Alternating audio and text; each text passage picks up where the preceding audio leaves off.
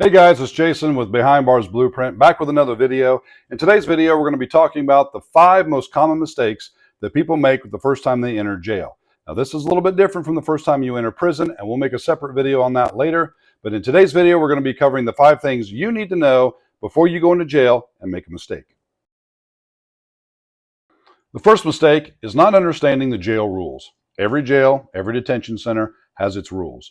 Most of these can be found in the jail handbook. You can either find this online, typically, if you have that opportunity. If not, the jail should provide this for you. Now, if you just got taken in, you're in the processing area, you're turning your clothes in and your belongings for your prison garb, this might be a time where they issue that to you at that time, or you ask for it. Because after that, you're going to go to a detention room of some type, maybe a large cell or a holding cell, but you're probably not going to go to your actual cell for several hours. So this would be a great time to get that handbook, start going over it, learning the rules, learning what you can and cannot do. There's going to be some things that you wouldn't think of. For example, you are going to be able to get things that you can own inside the jail, commissary items such as food, pencil, paper, that type of stuff, even books. But a lot of jails have a rule called giving and receiving, or something to the equivalent nature of that, where you can have that, but if it belongs to you and you give it to somebody else, that's a no-no. They're not allowed to have it, and you're not allowed to give it to them. So that's part of what I want you to understand about knowing what the jail rules are. When you're allowed to be up, when you're supposed to be in your cell or your bunk, when you're supposed to be able to eat, all that kind of stuff, okay? There's a med call if you have any particular medications that you're taking. Jails will typically come around about the same time for each cell block every single day and administer that as needed. So you want to make sure you understand what that particular jail's rules are and how you're going to best navigate that. And the best way to do that is try to get the handbook and then study it. You're going to have time. You might as well put it to good use. The second mistake that's often made is trusting too quickly. And what do I mean by that? Well, first and foremost, I mean other inmates. Everybody's in there for a reason. We're not here to pass judgment on this channel. This is just something that we have to acknowledge as a fact. And you do not want to trust people too quickly. And I'm telling you, you're going to find people that seem very trustworthy. They're very good at this. There are trustworthy people in there, but you need to take your time and really learn who those people truly are. There are people inside jails and prisons that literally make a living off of looking and acting trustworthy. They get you brought in, they take advantage of you being naive to the system, not knowing what you're doing, especially if this is your first time. And they will look like they're helping, and you're going to want that help. You're going to be scared. You're going to be worried. You're going to be nervous. And so these guys are going to be looking for that. And they've gotten very, very good at doing that. And what they do is they will help you for a while, and they'll do 2 or 3 things sometimes. Oh, wow, this guy's really nice. He's really helped me out. Or this girl, I'm speaking to the ladies, obviously, at this point, because ladies do go to jail too. And you're going to be, wow, this is great. Like, this person's really helpful. They're just such a nice person. And then that's when the favor gets called in, right? All of a sudden, hey, I let you borrow my notepad and pencil the other day. I'm going to need your lunch tray. Well, what do you mean you're going to need my lunch tray? Yeah, you're going to have to give me your lunch. You don't get to eat lunch today because that's what I charge in order to do and help the way I have.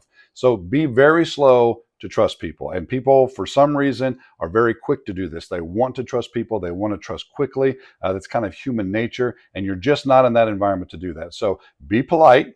Don't be rude. But be very slow to actually put your full trust in somebody. Learn how to say things in a polite way, but learn how to say no in a polite way. The third mistake that a lot of people make is they mishandle outside communication. Now, what do I mean by that?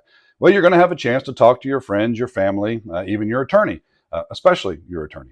And make sure that you prioritize your legal counsel first. That doesn't mean your friends and family aren't important. It just means that you have to make sure that you're not missing any phone calls or appointments or meetings with your attorney, because that's where everything lives, moves, and breathes while you're in jail and going through the incarceration process in the judicial system, okay?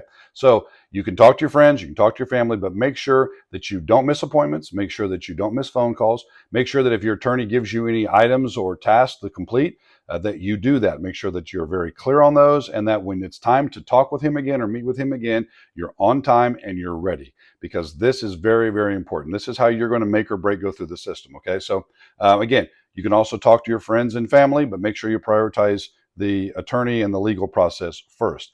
Having said that, you are given client privileges when you have a conversation with an attorney. That includes written correspondence, that includes phone calls, meetings in person, things like that. You are not guaranteed that with your family. Everything that you say over the phone, everything you say in the day room, everything you say in your cell, most likely will be recorded and monitored and possibly even videoed. So if you're going to send a letter and it's for your attorney, make sure you mark it legal mail, okay? And it has to be addressed to your attorney. Your attorney will know to do this when he sends or she sends you anything into the facility. It will also be marked legal mail, which you will be allowed to read privately. Everything else, you write a letter to mom and dad, you write a letter to wife, husband, boyfriend, girlfriend, it will be read by jail staff before it's sent out. Anything that they write into you will be read by jail staff before it's given to you. Why is this? Obviously, it's for safety and security, right? They want to make sure that you're not talking about anything you shouldn't, that something isn't being planned that's not appropriate or is even illegal. So make sure that you don't mishandle your outside communication. Make sure you prioritize your outside communication and make sure that you stay on top of that and don't drift. You can get in there and get bored. You can slip. You can even say something that sounds innocent that means, could mean something innocent, but it can be interpreted in a very different way. So don't be paranoid, but just make sure that you're not mishandling your outside communication. The fourth mistake that a lot of people make is neglecting their mental health. Obviously, very stressful time, right? You're in jail. It's in you're in a very close knit, tight environment with a bunch of other people you've never met. Obviously, highly stressful. So make sure you're staying on top of your mental health. There's ways you can do this, and we go over a lot of this, guys, on the channel and on my website, www.behindbarsblueprint.com. We give you a whole bunch of ideas and items that you can go through as far as how you can handle this, how you can help reduce your mental stress. An example would be what they call box breathing. Okay, box breathing is you want to take an inhale of 4 seconds, you want to hold that for 4 seconds, exhale it for 4 seconds, and then hold it at the bottom for 4 seconds. And you want to do this 2, 3, 4, 5 times, because what that does is it resets your central nervous system. It tells your brain everything's fine, calm down. And it sounds weird, and you can do this with hardly anybody even noticing you're doing it.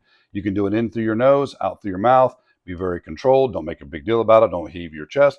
But you can do this 3, 4, 5 times, nice and slow and controlled, and it will actually reset your central nervous system and help calm you down. So that's just one way that you can start making sure that you're staying on top of your mental health when you're inside. Because again, it's a very big deal. You want to make sure that you're sharp. You want to make sure that you're eating properly. You want to make sure that you're resting properly. You can write letters. Sometimes people, they will use that as a way to have an outlet to sort of cope with what's going on. You can write letters home. You can journal. Again, remember, anything you write down, other inmates can, they shouldn't, but other inmates can get a hold of it and read what you're putting down. So make sure you're careful with that. Reading, always great. I always recommend to our clients, read. It doesn't matter really what you're reading. Try to read at least 10 pages a day. You're going to have time, read more than that. But try to at least get 10 pages a day, and it's going to help keep your mind sharp. Because again, going through this process, you're going to want to be sharp, you're going to want to be on your game, and you're going to want to maintain your mental health. And the fifth and final mistake that a lot of people make, guys, is that they do not prepare for court or their release or transfer to prison. There's kind of three things wrapped up in there, so I'll unpackage those one at a time here. The first one is court. So you want to make sure that you're ready for your court date, right? You want to make sure that you have all your documentation with you. You want to make sure that you're staying on top of what's needed. You want to make sure that you have everything with you if you have a court date. You want to make sure you know when that court date is. The jail, a lot of times, will give you an opportunity to take a shower, to shave, to clean up, to look nice. I know that most jails and courtrooms will allow you to change into normal clothes. So you're not in your jail attire. So when you go in there, you don't look like you're just, a convict. You're going to have a chance for, equal representation. You're going to have a chance for legal representation where you don't play into the visual of the convict by being dressed in your oranges. So all this you want to make sure, because again, you can be wearing a 3-piece suit, but if you've got, bedhead and a 5 o'clock shadow, you're not going to look like you're prepared for this. So you want to give yourself the best chances you can, and that's knowing when your dates are, knowing what's expected of you, and preparing beforehand before you go. The other one is perhaps for release. Maybe you've already been convicted. You're doing your time. Your time is short enough that you can do it in jail, and we'll talk about that in later videos. But basically, if you've got a long time, eventually you probably will be shipped off to a prison. Okay, but some guys, their time is short enough, or gals, like I said, women get in trouble too. So it's short enough where you can just do your time in jail, then you'll be released from jail. So make sure you know when that date is. don't broadcast that date. Don't tell people, hey, I'm getting out, Wednesday, in a week type thing, just for safety purposes and just to make sure there's no, tomfoolery going on with that kind of stuff. Keep that to yourself, but make sure you know when that date is. Make sure you know what's expected. If you've got somebody that's supposed to come pick you up, make sure that you've made arrangements so that person can come and get you. Make sure you get your belongings and then get you where you need to go after your release. And then finally, prison. So if you have some time to do, eventually, most likely, you're going to be shipped to a prison. Again, make sure you understand the rules there. You might be, for example, allowed to take the radio that you purchased off a commissary in jail and take that to prison.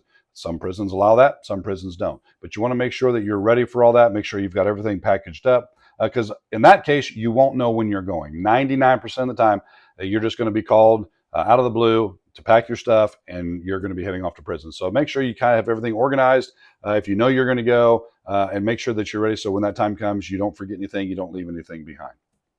And that does it, guys, for the 5 most common mistakes that people make before they go to jail. We will be doing a separate video on what people do and shouldn't do before they go to prison. But this is the 5 common mistakes that people make before they go to jail. You can get a lot more information on this at www.behindbarsblueprint.com.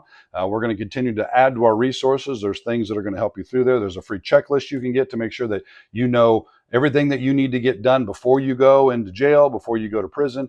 And it's just very, very handy. Literally, you can go right down the line, check all the boxes. You can check out our workbook programs. I've got some of the examples behind me here where we go through every stage of the incarceration process from beginning to end and even beyond that. And then we have resources online. You can do these courses online if you prefer. We have resources for when you get out. We partner with a lot of other organizations that help in specific areas. But check us out, guys, at the website, www.behindbarsblueprint.com. If you don't mind, give us a like, a share, subscribe, turn on those notifications. And if there's something you want me to talk about in particular, let me know. Put it in the comment section down below. I read all the comments myself. I respond myself. I want to make sure I'm touching on topics that are going to help you best navigate this through the entire process, not just one little phase of it here and then just drop you off. We want to be able to guide you through all of this.